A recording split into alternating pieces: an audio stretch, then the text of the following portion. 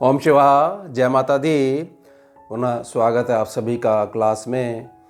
और आज विषय ले लेंगे जो प्रार्थना करी जाती है कि कोई भी हमारी प्रार्थना है वो साकार रूप में प्रकट हो जाए, तो वो प्रार्थना कैसे करी जाती है और जो लोग करते हैं उनकी प्रार्थना स्वीकार क्यों नहीं होती है, क्या गलती रह जाती है, क्या कोई गैप रह जाता है। तो इसी विषय को लेंगे आज। इसको ऐसे समझिए कि यहाँ पर थोड़ा सा आपको समझना पड़ेगा कि कर्म पद्धति क्या है। जो भी आप सोच रहे हो, जो भी आप विचार कर रहे हो, जानबूझ के कर रहे हो, अनजाने में कर रहे हो, वो आपका कर्म गिना जाएगा।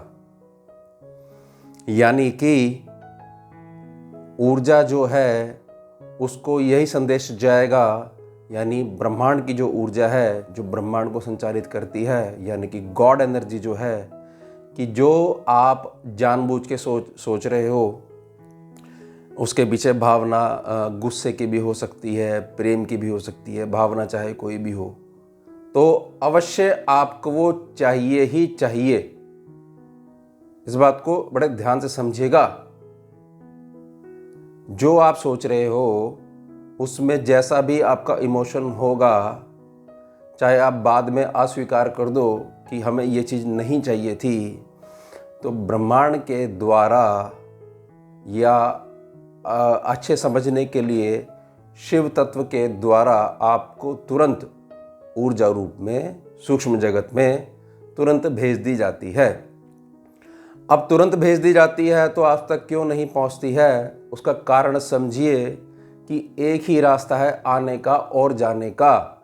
और वो रास्ता कहाँ से निकलता है? जो आपका सबसे ऊपर वाला चक्र है, सहस्रार चक्र जो है, जो परम शिव है, वहाँ से एक डोरी निकलती है जिसको अमृत नाल कहते हैं, नेक्टर पाइप कहते हैं। वो कहाँ से जुड़ती है? वो ब्रह्मांड के अनाहत से, यानी ब्रह्मांड के केंद्र से जुड़ती है। अब आपने इतना ज़्यादा सोच लिया है और वहाँ से इतनी ज़्यादा आपको यस हो चुकी है कि वो रूट आपका हो गया है ब्लॉक। इसलिए इस ब्लॉकेज में कोई भी आप प्लैनेट की रेमेडी करोगे तो वो भी काम नहीं करेगी। ये गुरु अग्नि दीक्षा जब दी जाती है ना, तो हर एक बच्चे की अंदर सूक्ष्म जगत में जाकर सफाई करनी पड़ती है गुरु तत्व को। और उनसे पूछा जाता है, भैया ये क्या सोचते थे जब तुम कॉलेज लाइफ में थे, कि ये देखो जब तुम अपनी माता के गर्भ में थे तो तुम्हारी माता क्या विचार करती रहती थी। ये सारे दृश्य प्रकट होते हैं और ये क्या होती है? ये स्मृति होती है। समझ जाइएगा इस बात को, जिसको मैंने क्या बोला है, कर्म कहा है। अब जो स्मृति है, ऊर्जा है, वो कभी नष्ट नहीं हो सकती है। तो उसके लिए क्या करा जाता है? एक नई स्मृति बनाई जाती है और उसको इतना ज़्यादा बढ़ा दिया जाता है कि जो बाकी छोटी छोटी स्मृतियाँ होती हैं वो उसके साथ मिलकर उसके जैसी बन जाती हैं। तो प्रार्थना रहेगी कि पहले मैनिफेस्ट करना सीखिए। मैनिफेस्ट मतलब कि आपकी अभिव्यक्ति क्या है, करना क्या चाहते हो आप, आपको क्लियर है या नहीं है। व्यर्थ में सोच रहे हो सब कुछ चाहिए, ये भी चाहिए वो भी चाहिए, तो वो पूरा होना थोड़ा सा संभव नहीं रहता है। पहले क्लियर करिए और स्टेप बाय स्टेप चलने का प्रयास करिए। उदाहरण समझिए कि आपको ये मान लीजिए कि आप किसी प्रकार के रोज़गार में हैं, जॉब में हैं, और आपकी मंथली इनकम जो है वो 25,000 रुपये प्रति माह है। मंथली इनकम होगी आपकी 25,000 पर मंथ। अब आपको इसमें इंक्रीमेंट चाहिए, बिल्कुल ठीक है, होना भी चाहिए। तो प्रैक्टिकल ग्राउंड पे क्या ये पॉसिबल है या नहीं है, ये पहले लॉजिकल माइंड को क्लियर होना चाहिए, जिससे कि वो बीच में डिस्टर्ब नहीं करे आकर। तो दो तरफा बात चली जाएगी और एनर्जी नल वॉइड हो जाएगी। इस बात को बहुत अच्छे समझ लीजिएगा। तो आपको कैसे करनी है, स्टेप क्या रहेगा कि 25 से हमारे को मिनिमम 5,000 की इंक्रीमेंट ही मांगनी है। और मांगना कैसे है कि अब जो पीछे का जो एक प्रकार से मेमोरी का जो कचरा है उसको कोई परम तत्व की अग्नि ऊर्जा ही डिसॉल्व कर पाएगी। और सरल मार्ग क्या रहेगा कि जब आपका रात को शयन करने का समय हो जाए तो छोटा सा शिवलिंग लेके आइए, जो आपके अंगूठे से सीधे दाएं हाथ का जो राइट हैंड का जो अंगूठा है उससे बड़ा नहीं होना चाहिए।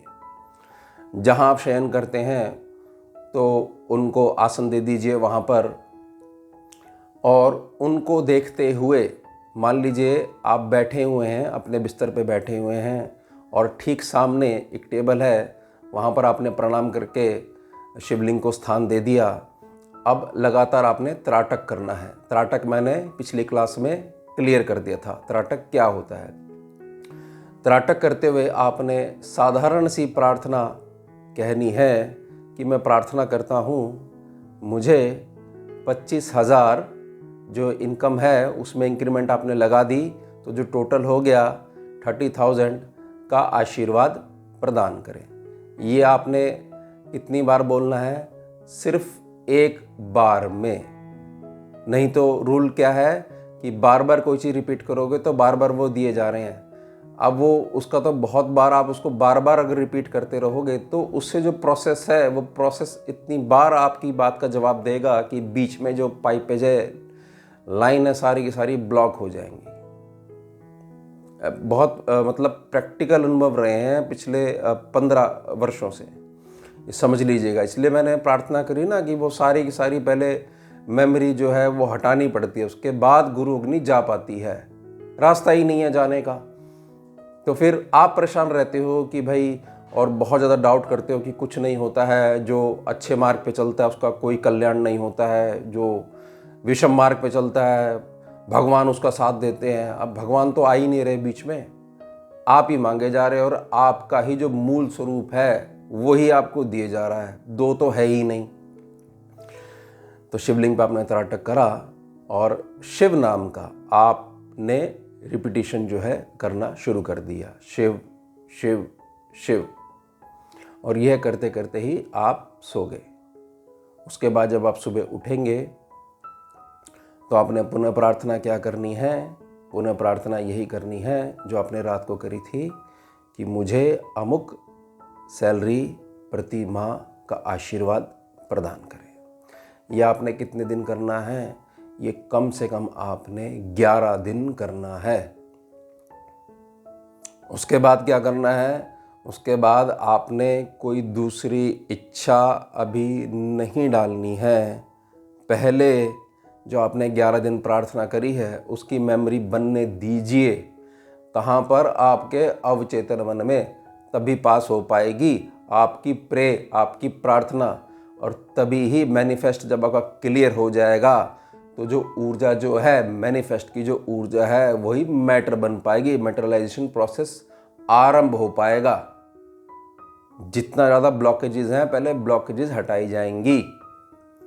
हर जगह तो जाम लगा हुआ है और सड़क पे चलने वाली गाड़ी उड़ के नहीं आएगी आपके पास। पहले ये जो जाम लगा हुआ है इसको क्लियर करना पड़ेगा। तो शिव अग्नि जो है, यानी कि शिव नाम की जो अग्नि है वो उसको जलाना प्रारंभ करेगी। 11 दिन बहुत होते हैं। और सुबह के समय जब आप उठोगे और प्रार्थना करोगे उसके बाद पुनः आपने शिवलिंग पे त्राटक करते हुए आपने शिव नाम का जाप करना है। त्राटक करते हुए स्वतः ही आपकी आंखें बंद हो जाएंगी। ये प्राकृतिक होता है। और शिव नाम का जाप आपने कुछ देर वहीं बिस्तर पे बैठे बैठे करना है। 15 से 20 मिनट आपके बहुत होंगे। इससे फिर आगे आप बहुत बड़े बड़े कार्यों के लिए प्रार्थना करोगे तो वो ब्रह्मांड का सहयोग आपको प्राप्त होगा। इसको भी समझिएगा, एक थ्योरी है, थ्योरी ऑफ पैरेलल यूनिवर्स। यानी कि आप जो इस समय हो, जिस अवस्था में हो, इसके अलावा जितने आयाम हैं और जितने ब्रह्मांड हैं उसमें आपका एक एक अंश बैठा हुआ है।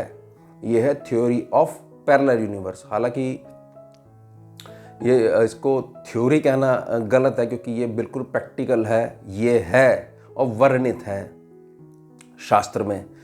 तो इसको ऐसे समझिएगा, तो हमारे जितने हिस्से हैं जो अलग अलग ब्रह्मांड में और अलग अलग आयाम हैं, अगर हमारा संपर्क कोई ऐसी विद्या आ जाए जो उनसे हो जाए और हम सब आपस में एक हो जाएं और एक लाइन में ऊर्जा प्रवाहित होने लग जाए, तो हम कहाँ बढ़ जाएंगे? हम शिवलोक यानी कि तुरीयातीत अवस्था की तरफ अग्रसर हो जाएंगे।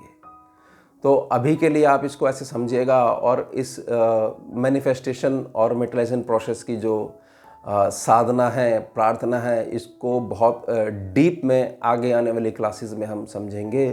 तो अभी के लिए जैसे मैंने प्रार्थना करी है, आप ऐसे इस प्रोसेस को करिएगा और आप ये नोट करोगे 11 दिन के अंदर ही अंदर बहुत सारा भार जो है, जो आपको परेशान रखता है, क्योंकि ऊर्जा जलनी प्रारंभ हो जाएगी, जो ऊर्जा भरी पड़ी है, और तब ही जाकर जो आपने अब वर्तमान में प्रार्थना करी है वो आप तक आ पाएगी।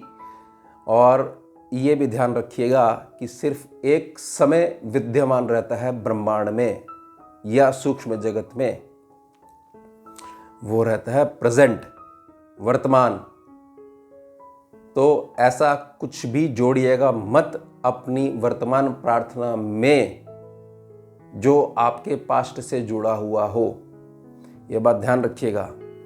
और ऐसा कुछ मत जोड़िएगा कि जिसमें लॉजिकल माइंड, मान लीजिए कि आप अभी विद्यार्थी हैं, पढ़ाई कर रहे हैं, और आप प्रार्थना ऐसी कर दो कि कल सुबह मैं उठूं और मुझे जो है इतना अमाउंट मेरे को मेरे घर में चाहिए, तो लॉजिकल माइंड की भी थोड़ा समझिए कि ऐसा पॉसिबल कैसे है, आपके एफर्ट क्या हैं।